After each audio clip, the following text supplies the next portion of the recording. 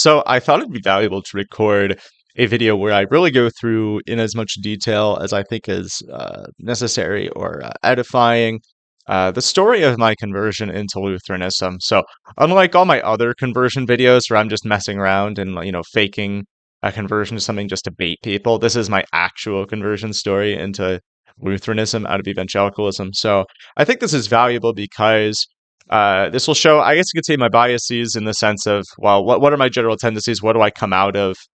Because, I converted a little later in my life relative to how old I am. I didn't grow up Lutheran. And so you'll see, like, where do my tendencies come from? Because I converted when I was 19. And so I still have a lot of those thought processes from being an evangelical.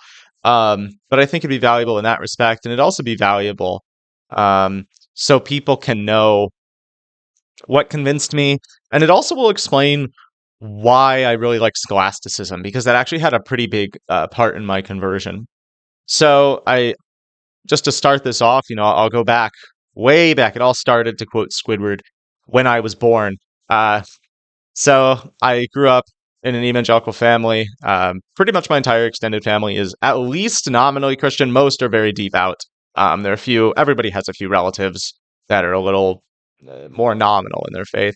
Um, but yeah, I grew up in an evangelical family, and I was mostly going to non-denominational churches or churches that functioned like non-denominational churches. So I grew up in Southern California, which has, its own flavor of non-denominationalism insofar as, when you're out in like the Midwest, especially in like Michigan, they're going to be more influenced by, say, Reformed circles, because the Michigan has a lot of Dutch Calvinists, from what I understand, or at least just a lot of Reformed history. Whereas in where I was, at least, I grew up around Wesleyanism mostly, or Wesleyan Arminianism as adapted into non-denominationalism. So that's where I grew up. I grew up in that, and what I was going to was pretty normal when it comes to non-denominationalism in that area. So there were no glaring like Trinitarian or Christological heresies. Obviously, I would say that the non-denominational view of baptism, the Eucharist, and various other aspects, or various other things were wrong. But when it comes to like major issues that immediately disqualify someone from being in the faith, there was nothing. I grew up fairly orthodox in that respect. The churches I was going to were pretty normal there. I was going to those areas or those churches that were kind of like the meme that you'll see online of like the hit pastor and all that. And to be fair, it wasn't like I was going to TED Talks, for sermons or anything like that. But, I grew up in Coa, and I grew up where pastors are often wearing skinny jeans and all that. And of course, it doesn't mean they're wrong or anything in terms of their faith or that they're not Christian. But I just kind of grew up in that whole system, which is why I often joke about it. But when I was young, I kind of, I recall this now. After a while, it just came back to me when I converted into Lutheranism. This thought came back to me, which was, so I was baptized when I was 12, of course, being non-denom, believed in the age of accountability, believed that baptism was your decision or your first sign of obedience, or your first move of obedience to God after you make your decision for Christ or whatever. And I was baptized when I was 12. Since I was baptized in Southern California, I am like 95% sure that I was baptized in the Pacific Ocean. I was baptized in some bay out there. Like, I'm not sure exactly which one, but I'm pretty sure I was baptized in the Pacific Ocean, in the sense that you're in a bay and it connected and all that. So, there's going to be people in the comments are correcting me about my geography or whatever, and I don't care. But, regardless, what matters is I was baptized, and when I was baptized, I remember thinking to myself, wow, all my sins are being washed away in this water. Nah, that can't be true. It's just a symbol. So like I knew the truth then, but I had to suppress it. So that's just something small that I thought of. But outside of like your standard non-denominational church going and all that, I actually grew up in kind of the weird stuff. So, a lot of my family history, so to speak, on one side is very dispensationalist, Pentecostal. People that are, trying to speak in tongues and all that kind of stuff. So I believe they're Christian, of course, certain felicities and consistencies and all that. But I mean, I was going to some weird stuff as I was growing up. While my churches were pretty normal, I was going to like Harry Stone meetings. I met that man several times. If anybody's heard of him, he's kind of wacky, or kind of I'm understating it. But I listen to like John Hagee and Jack Van Impe and Hal Lindsey and all that. The only guy that I have some respect for still, I maybe is John Ankerberg, but I have not watched him in a very long time, of course. But I do recall, even when I was converting out of that stuff, that he was a very I actually do I do recall his show having some very interesting like panel discussions and all that stuff. That was interesting.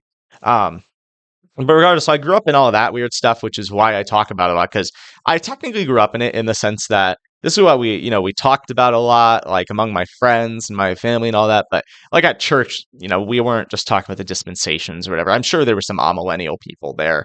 Um, that's really what I grew up in.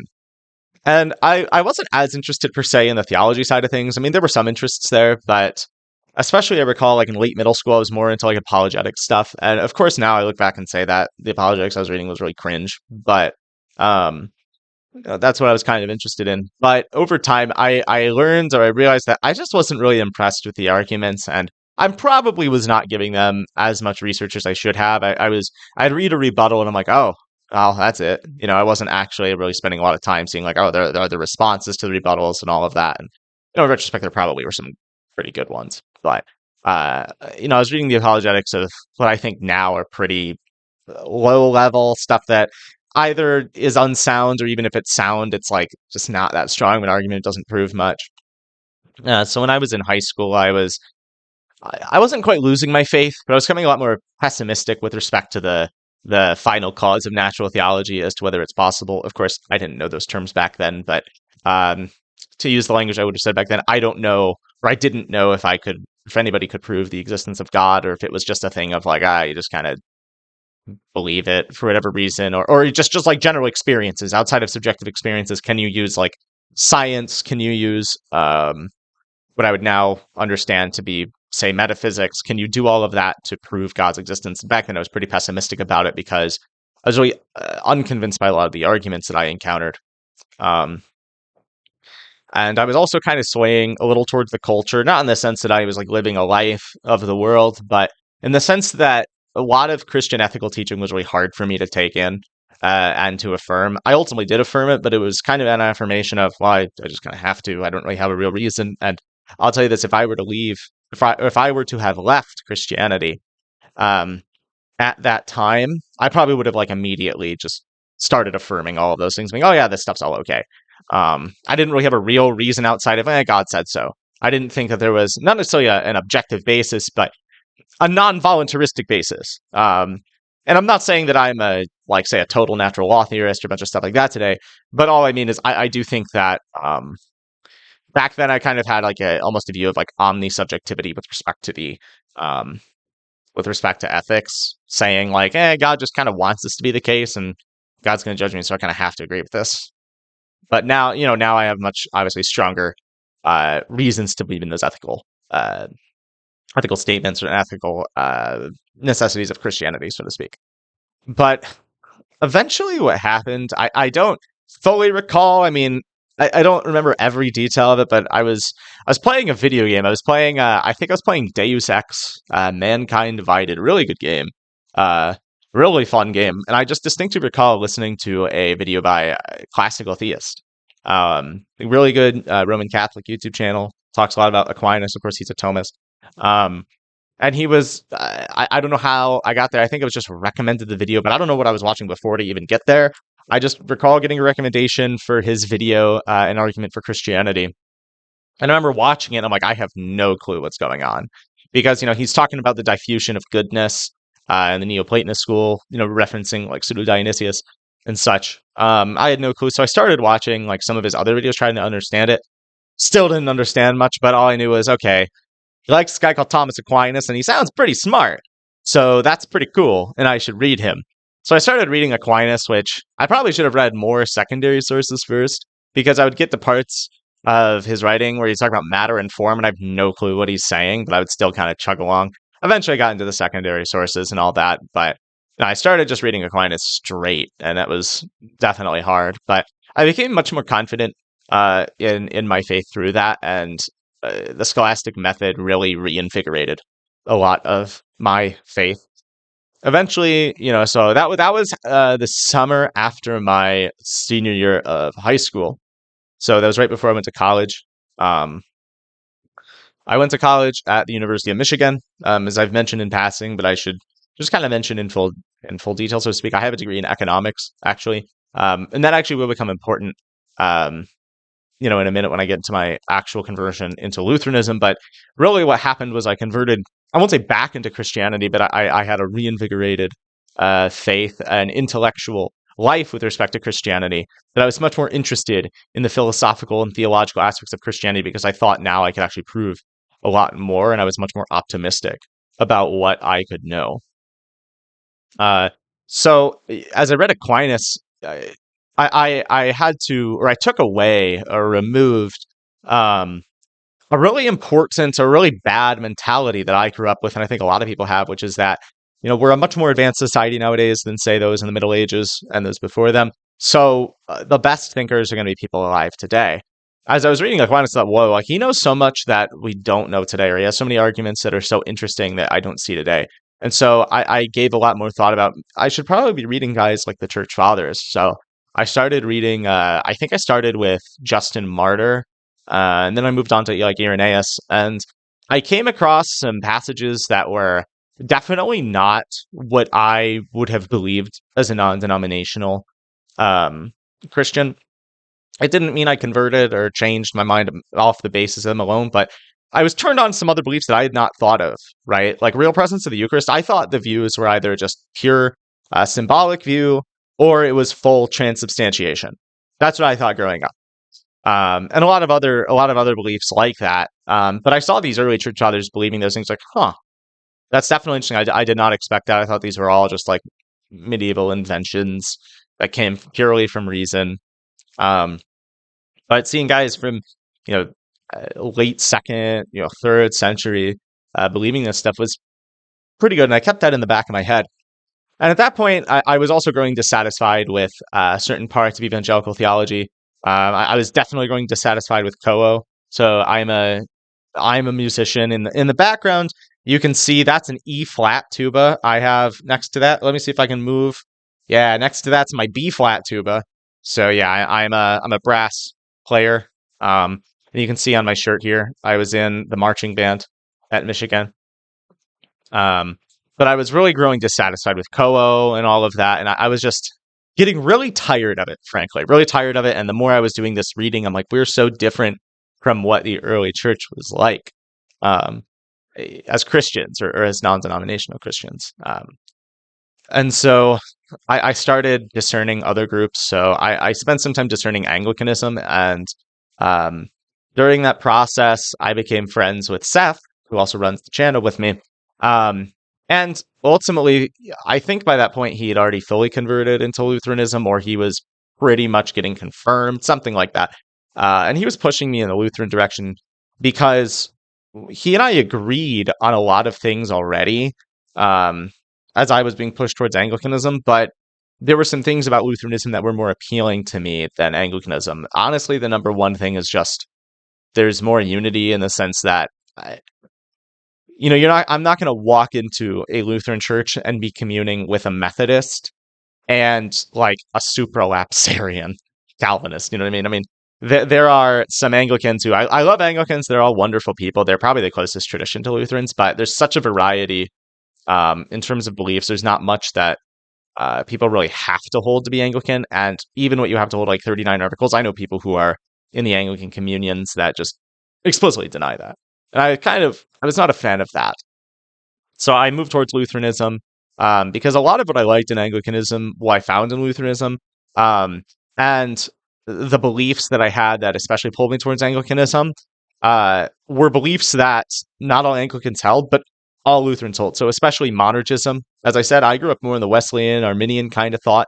But as I was reading and talking with certain more Reformed Anglicans, they were pointing me to monergistic passages in the Gospels.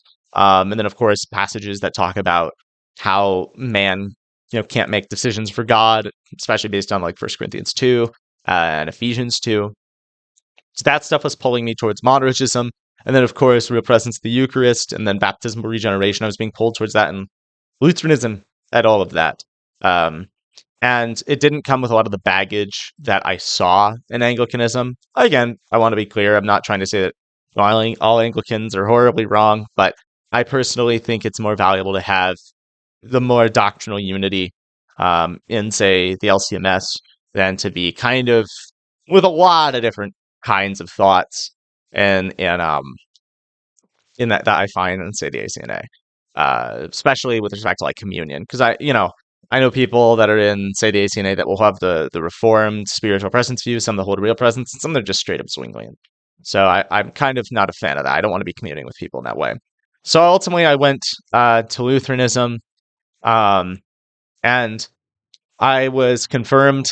It was kind of a weird process. I was confirmed in kind of in 2020 and kind of in 2021. I usually tell people I was confirmed in 2021. What happened was, let me explain this. So it was COVID, right? And so at this point, I'd already read like so much of Lutheran thought because in college I had a lot of. It's not that a lot of free time, but a lot of the classes I was taking around that time were gen eds, where I'm like, I barely had to pay attention in class.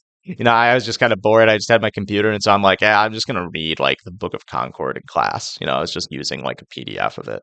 And I was reading philosophy at the same time, doing all that and spending a lot of time each day learning Lutheran thought. To when by the time I went back home during the summer and started going to a Lutheran church, the pastor's like, you kind of already know like Lutheran thought more than a lot of parishioners.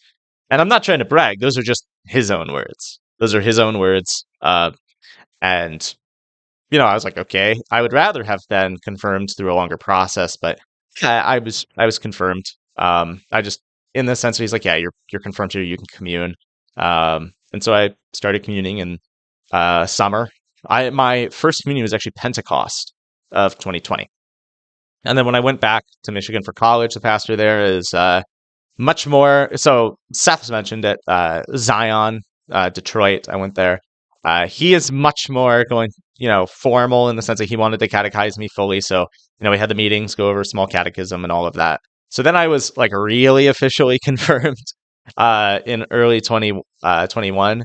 But I was already communing because he called me pastor and from San Diego, and they agreed that I can be communing. But he still wanted to go over the whole process of making me a member of Zion and all of that. So that's what happened. But so overall, to give kind of a summary of my whole conversion, grew up evangelicalism, and then with some dispensationalist tendencies and some Pentecostal tendencies, and had some of those like weird preachers that I would follow, but overall, pretty normal evangelical upbringing for Southern California.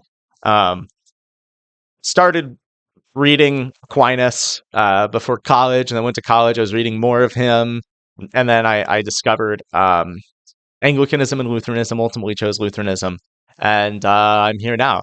And I should say that my experience, a lot of people are frankly not as blessed as I was, in the sense that I just had so much time to be reading. A lot of people, I'll put it this way: if I didn't have the time to read as much as I did back then, I don't know if this channel would be around, because I've just gotten so busy now. But back then, I had time to be reading a ton of Chemnitz, Gerhard, Luther, during college, and Aquinas, and even Scotus, for that matter, around that time. So I was blessed with that time that I had, and it was, I think, the perfect way for me to convert.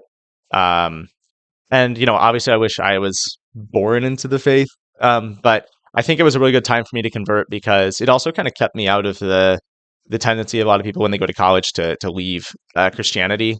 My conversion into it, I'm really blessed that I found Aquinas right before I went to college, because that kind of focused my interests there. And it also gave me some of the best arguments for Christianity that I had ever seen. So I was never pulled towards, say, atheism in college. I never really had any tendency towards apostatizing in college. So I was just blessed in all of that. And I have been a Lutheran now, as I'm recording this, for about 3 years or so. I started going to a Lutheran church in September